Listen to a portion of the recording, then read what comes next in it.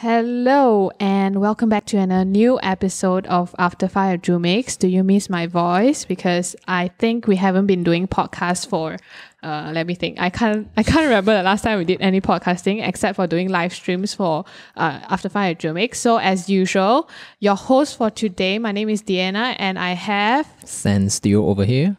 That's right. And so today we are going to share a topic that we have been seeing on social media, or even to be more specific, I think on LinkedIn we have been seeing a lot of job seekers and a lot of people looking for jobs. Okay, so today our topic is job seekers versus talent hunters, how to get the best match.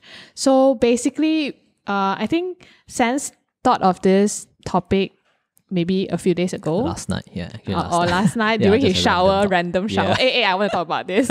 So today we just compile our ideas and we thought that it's a good thing to share, especially for, people who are struggling to find a job, or even employers who are struggling to find the best talents. So Sans?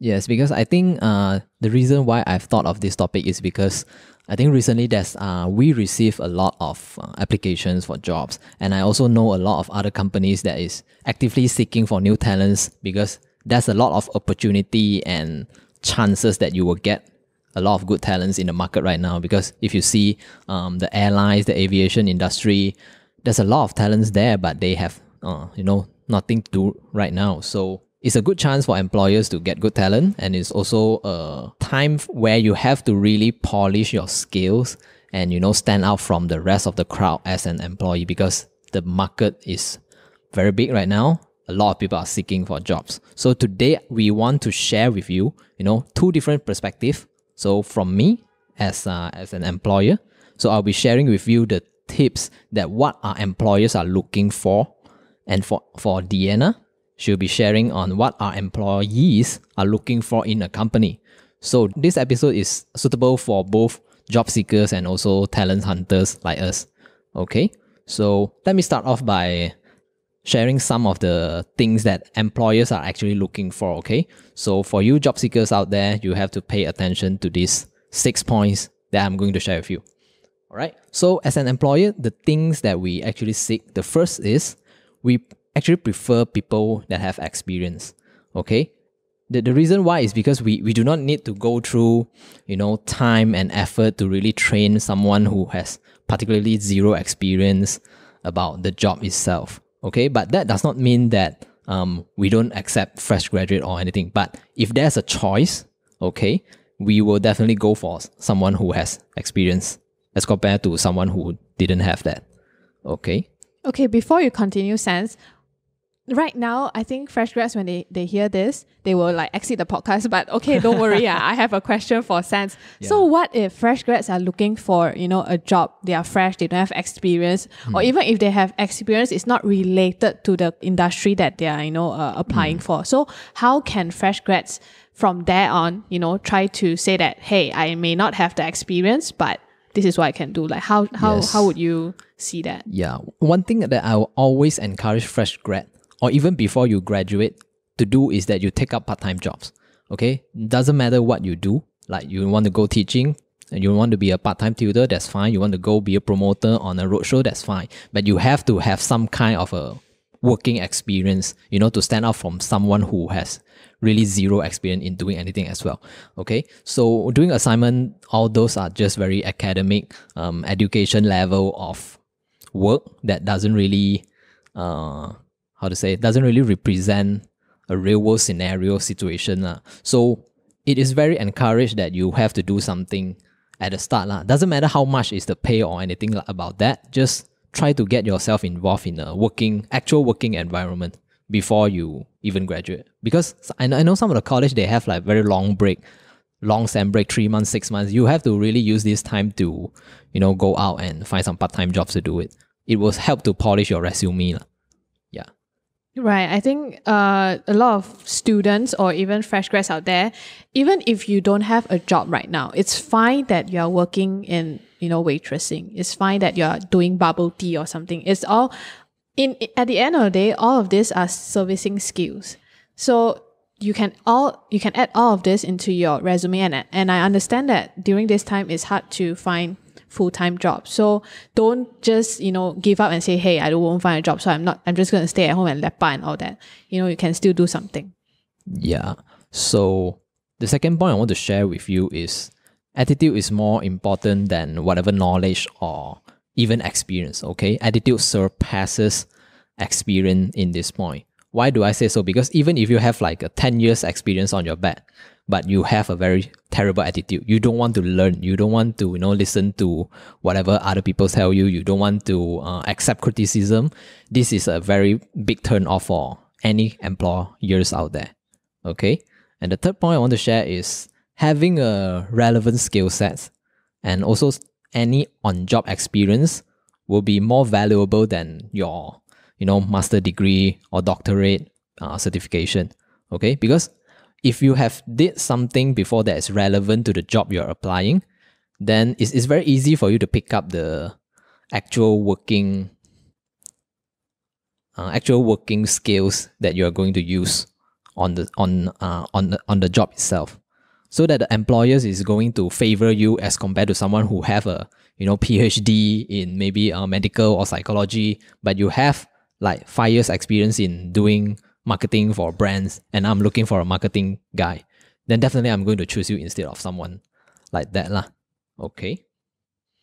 And the next point I want to say is you need to have the ability to present yourself, to communicate, to connect with people. This is very important during the interview itself, because for some of the jobs like doing a sales job or doing any outreach job, that you have to be able to connect with people and present yourself, present your values, okay? And it's not just but this really depends on the job that you are doing, but having the ability to present yourself will help a lot in the interview itself.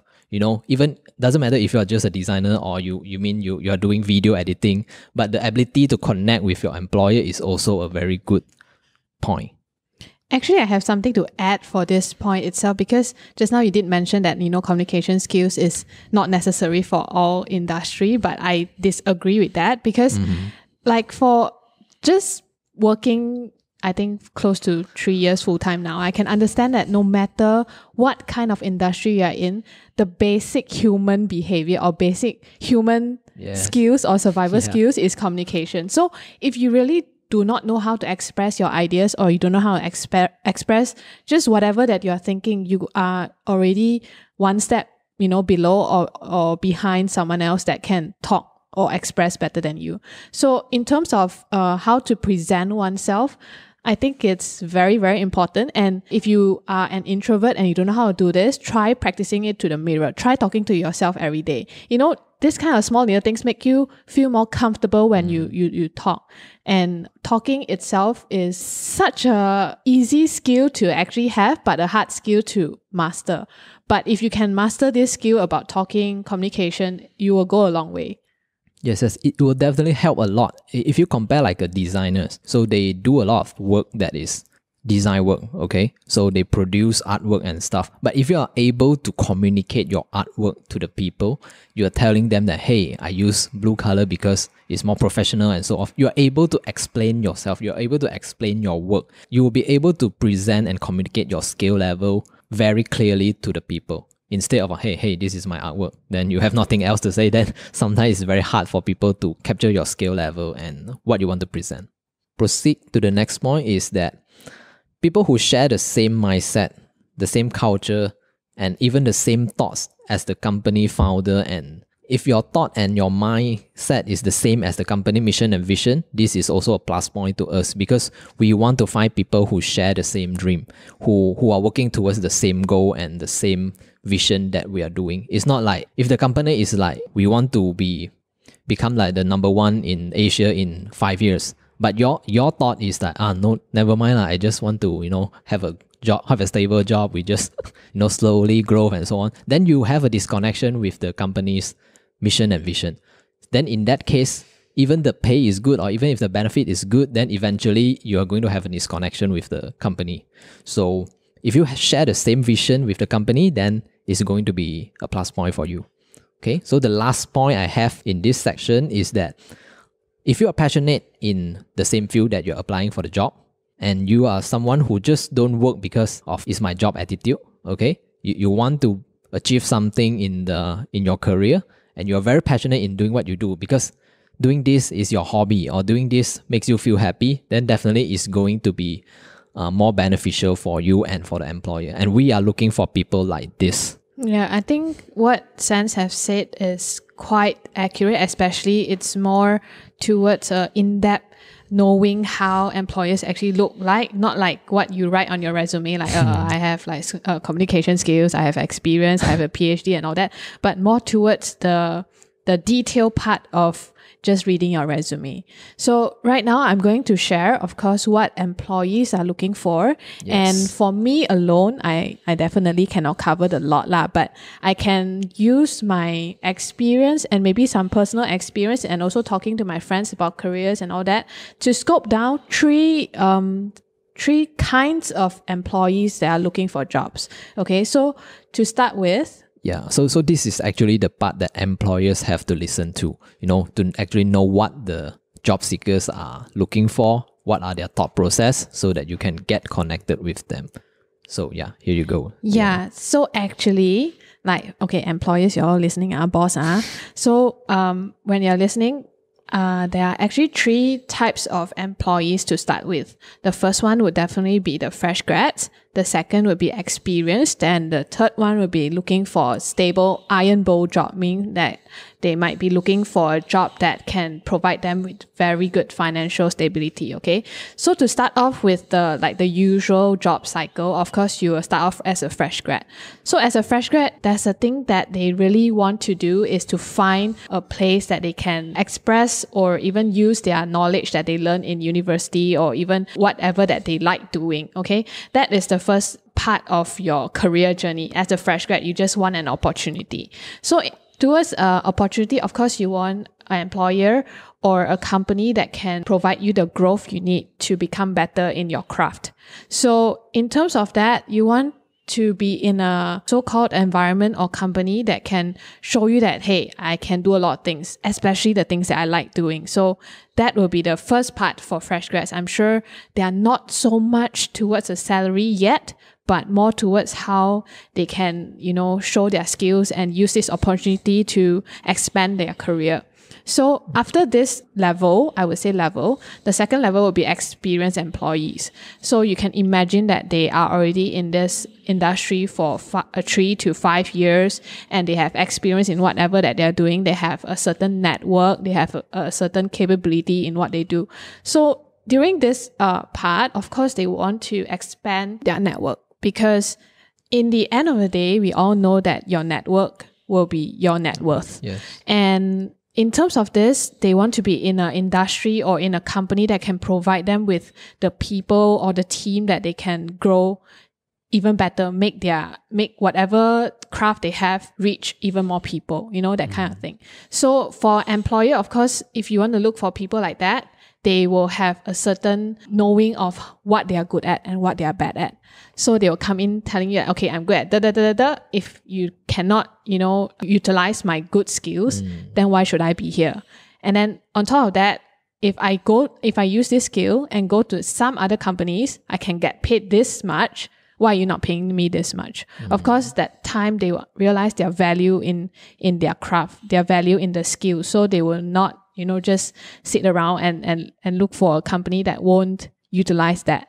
Meaning that the company has to be able to provide the platform for this kind of employees so that they know I can use your resources to do this, and this. And I look forward to use this and connect with these people so that I can do X, That's Y, Z. right. That's right. I think it's like knowing that they still have the space to grow. Because for people like that, they are experienced, of course. So they want to look for how they can even grow bigger or better in that certain area of theirs.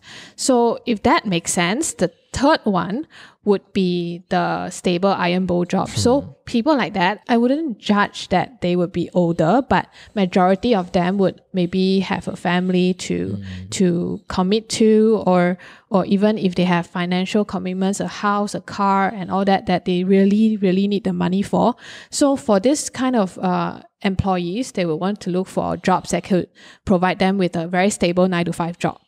They know that they don't have to do a lot of OT because they have other commitments to fulfill. Like for a family example, to take care of. family, kids, parents who are a little bit older, or provides them more flexibility in terms of their work, and also to fulfill their commitments because they have financial commitments, a house to pay, a car to pay, a family to feed. So again, I think most of these people would choose big companies, MNC companies that could give them this kind of benefits, especially when MNC companies can afford even paying, certain other benefits for their family as well, medical benefits, but all these kind of things are the things that they look forward to when they receive a job scope, or to say a vacancy. Yeah. So that would be about that. I heard a company that is doing some kind of time flexibility, which I find is quite good, especially for mothers who want to take care of their children, who want to, send their kids back to home or send their kids to school. It's even better if you are able to provide like 2 to 3 hours flexibility, in the morning or after work, so that they can bring the work home to continue for the rest of the day. They are still fulfilling the hours that the employers want, but giving that flexibility for them to carry the work to other places or to their home. I think that is a good option, and it's a win-win situation.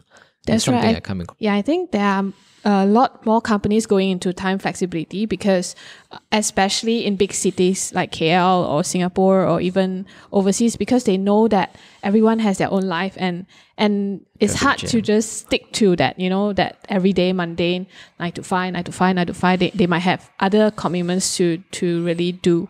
So that is like a iron bowl job, the third one that I've talked about. So of course, all of this, employees would want to look for atmosphere or company or employer that can provide them with a no politics kind of environment to work in. Of course, when you come to a bigger company, people are more ambitious and it's hard to avoid politics. But we want to have, again, good communication skills, good HR to manage, all this kind of politics happening in the workspace. And above all of that, of course, when we are looking for a job, we want to see what kind of benefits we can have, because we are going to work there not for a month or two. We're going to work there for a few years, and we want to know how is it that we could feel comfortable doing our job and still, not no need to worry about the other, kind of worries.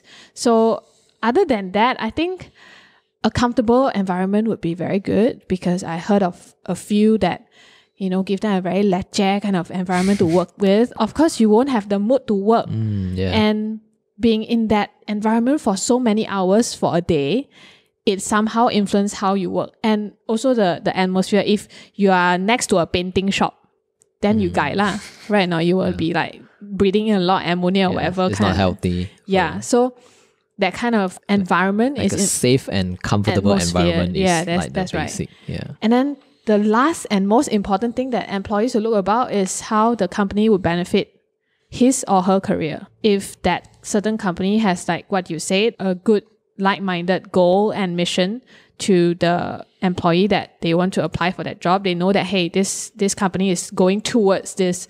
They want to be the Asia's top marketing agency or whatever. So knowing that goal itself is important, because the employee would know that, hey, no matter what, my goal and my company's goal is towards this. If I can share the same goal, then why not? Yep. Yeah. So basically, I think I generalized the part where, I didn't really talk about salary, because I think everyone has their own kind of salary commitments or salary demands, which I cannot, just say it on air like that. So maybe on that part, Sans can share more. Yes, so I think about salary is about how you present your values, and you just ask for a price that you feel comfortable and you think you are worth that price. The employer will, a decent employer will try to fit the amount, okay? If you are feeling you're getting lowball, then you have two choices. One is you don't accept the job. The second is you can accept the job first, go in, try your best to prove yourself in the first 2 to 3 months. Then by the 3 months after, you are going to, go through the probation and evaluation. At that moment, you can decide whether your employer is the one that you are looking forward to work for, right? So if you're presenting values in the 3 months, you work so hard, you bring results to the company, and they still do not want to, do anything for you or give you any extra, then you can consider to leave. But if now they see what you can do, it's not just plain talking and stuff, then they will raise your salary and so on. Then I think this is a healthy two-way communication. So you can just continue to work. That is on the part of salary. Yeah, I think I also want to emphasize that to not be too shy when asking for your salary as well, because you have to be straightforward on your values and the values you can really provide into that certain company and to your employer. So if you think you can do it, then you mean it. Ask for it. Yeah. Because there was one time when I went for an interview, actually the employer did ask me, why are you asking for this kind of salary? So I told him, no, sorry, he didn't say that. He said something like, what does an salary mean to you?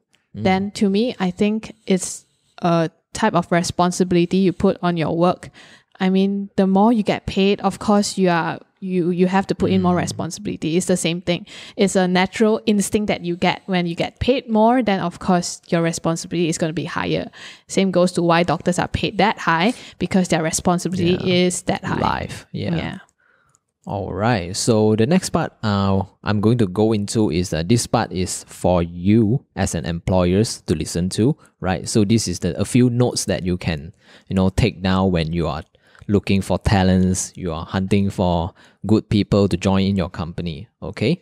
So the first thing is, do not get deceived by the CV and the resume that they send in, okay? They can have a terrible resume, okay? But actually, if you give them a chance, meet them in person, talk to them, learn about their past and learn about their experience, they might be very good talents.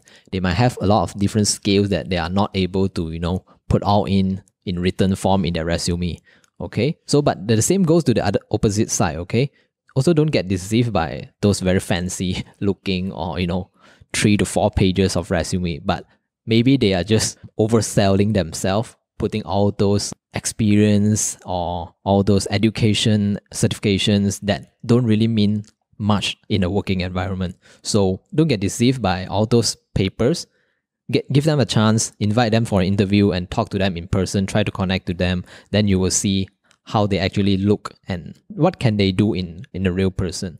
Okay. And the second thing you want to take note is that this actually goes both ways, you see. So the job seeker, they actually put effort. Sometimes they put effort in doing their resume, they write the cover letter, they get contact to the employers and the phone call and so on. So as an employer, you have to also put effort in your job description as well.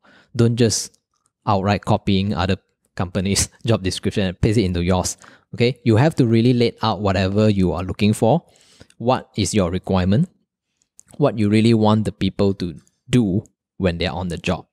Okay, you have to think carefully. You have to spend maybe 2 to 3 hours just compile and list down all the things that you're looking for. And you also have to filter out those that you are not looking for.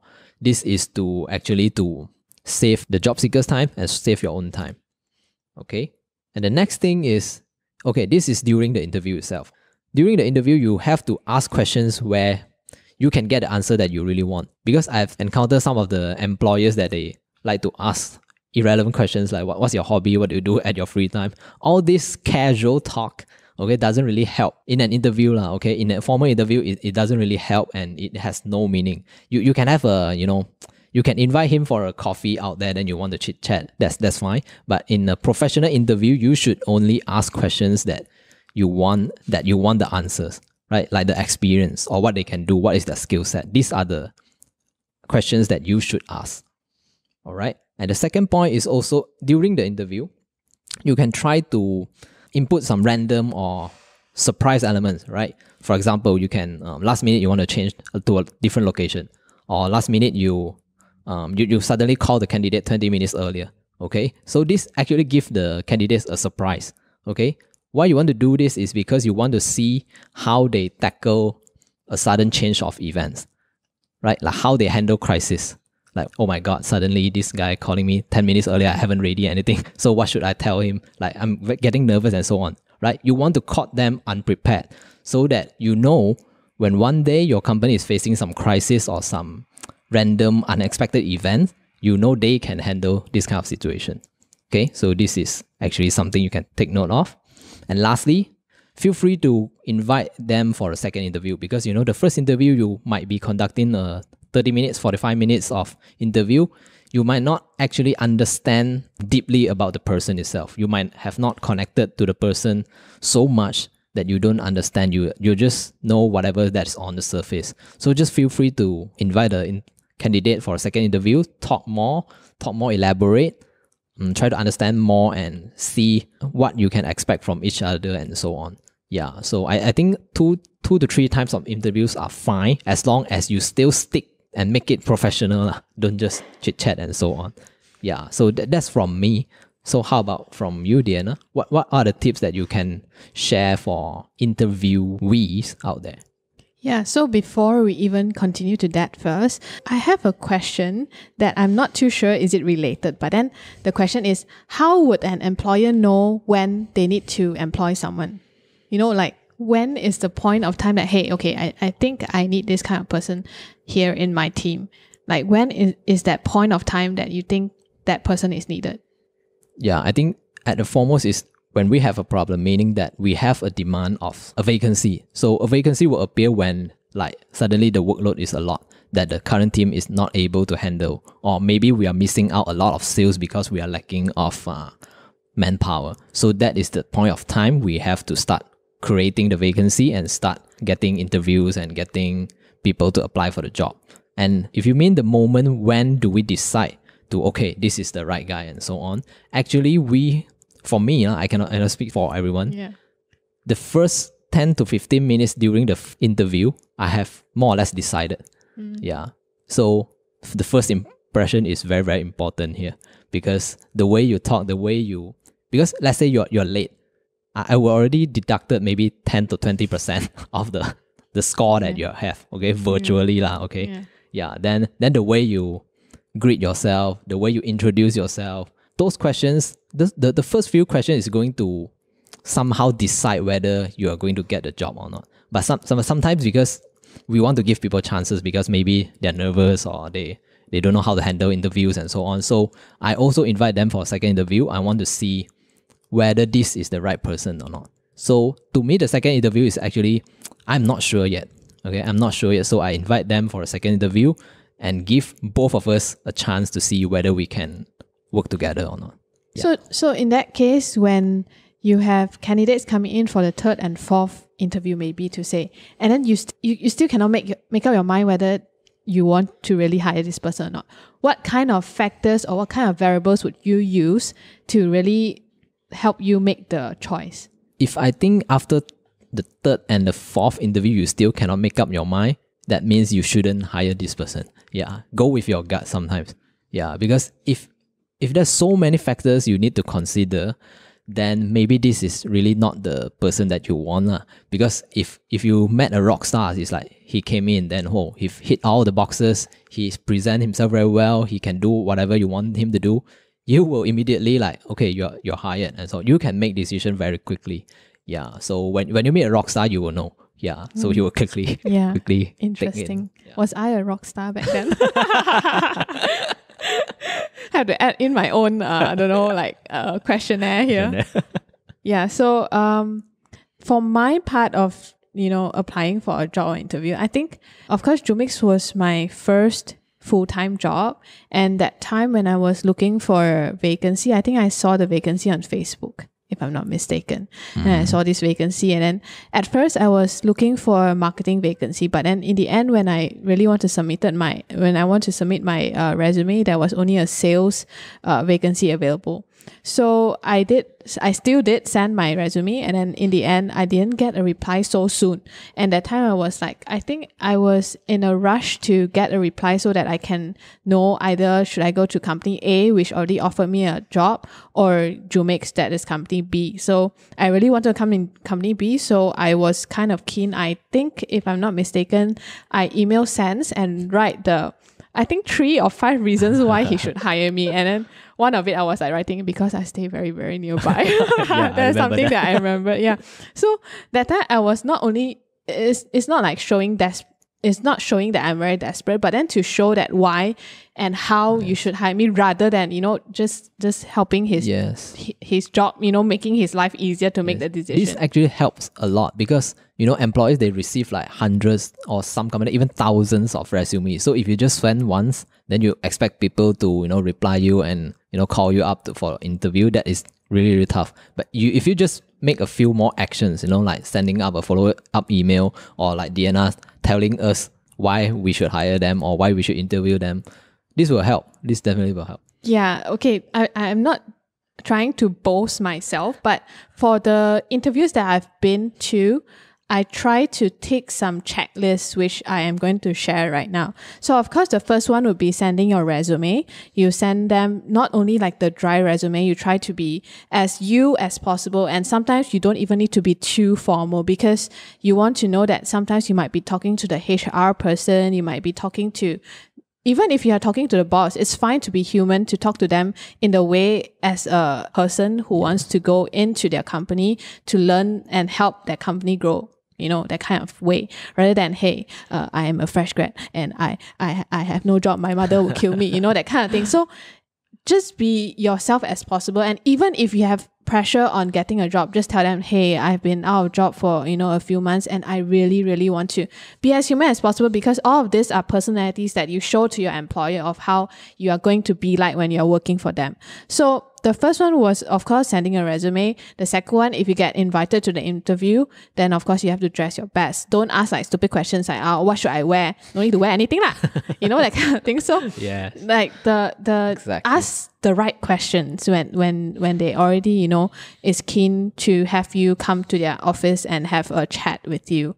So that is the second one. And if you are really very, very keen to join a company and you didn't get the offer to come for an interview yet, like what I said, try to do follow-up emails, try to know more about a company, or you can go to LinkedIn and learn and talk to their, employees that are working there. Because I think I've received once or twice that people come and tell me, hey, I really want to work in Jumix, but then could you help me out or something like that. So you really show your keenness on how you really want to work in that company. Like get a referral before you get in. Yeah, that's right. And sometimes if you talk to that certain department of people that you are interested to be with, then that person could get to know you more, can see whether are you suitable for that department or not. Then they can talk directly to the hiring manager or to the boss.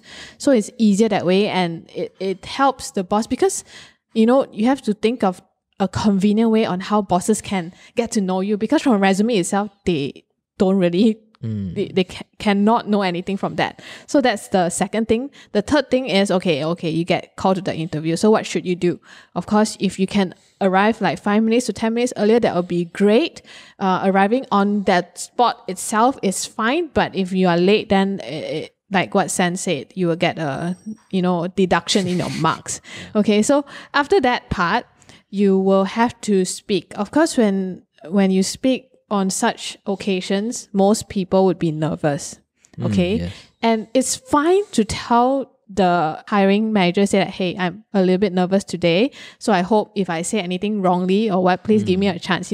Just be genuine Honesty, and honest. Yes. And even if there's, at every awkward situations, just say, hey, this is awkward, but then I'm still going to continue. Then it will make everything not awkward already. So that is how you do, like, to break the ice between two people that you don't really know each other.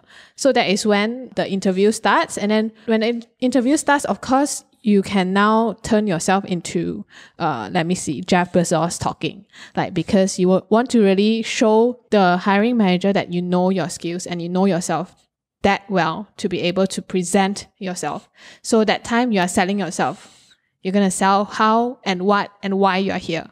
Yes. So after that, when you are selling all this, of course, you don't be like over enthusiastic to say that, oh yeah, I can build like, You can fly a rocket. I can fly, that kind of thing. Of course not. You try to be as real as possible. And even if you can't hit some targets that, your employer is looking for, it's fine to tell him, hey, I think I'm not equipped yet, but with your help, I can that kind of thing. Know how to present yourself that way. I think being honest and being realistic is a two good points. Yeah, it shows your personality as well. So, there's the thing when the last time, I'm not sure, in college, my lecturer used to tell me, hey, you go to YouTube and then you go and find how people actually interview you. Then you go and memorize the script. I was like, where got people memorize script one for interview? Just have to be yourself. You just have to show how you can communicate and all that. So if they want to hire a robot, then okay lah. Like fair enough lah. They can go and memorize whatever they want, but they want to hire you as a human being. So you have to be as real. Okay. So the last one would be introduce yourself. You don't say my name. Don't say DOB, then name, and then hobby. Finish. That is like the worst way to actually say this. And there's one more thing that the last time interviewer, they asked me, so you're interested in digital marketing. What is digital marketing? Wow. That time I'm like, this question, I don't even know what is digital marketing. So it's important to know what you're applying for. Don't see it's like sales, sell things lor, Yeah, don't assume the job is like exactly. what you thought of it. Try to do more research and then try to understand the background more before you even sell things low, that kind of thing. So, just show that kind of side of you selling yourself, then it will set a very good impression for your interviewer. Yes, definitely. Yeah, so I think we share quite a lot of points today so that we hope both job seekers out there and also talent hunters, you guys can take away some of the points and, really put it in your mind when you're hiring or when you're applying for a job. So I guess this is all for this episode for today. So we are now signing up. I am Stan Steele here and my name is Deanna and I'm signing out. So if you like this episode, please remember to subscribe and follow our show at Spotify, Apple Podcasts, and Google Podcasts. And of course, this episode will also be available at our YouTube channel, TuneIn, Castbox, and Stitcher. So I'll see you guys next time. Bye-bye. Bye.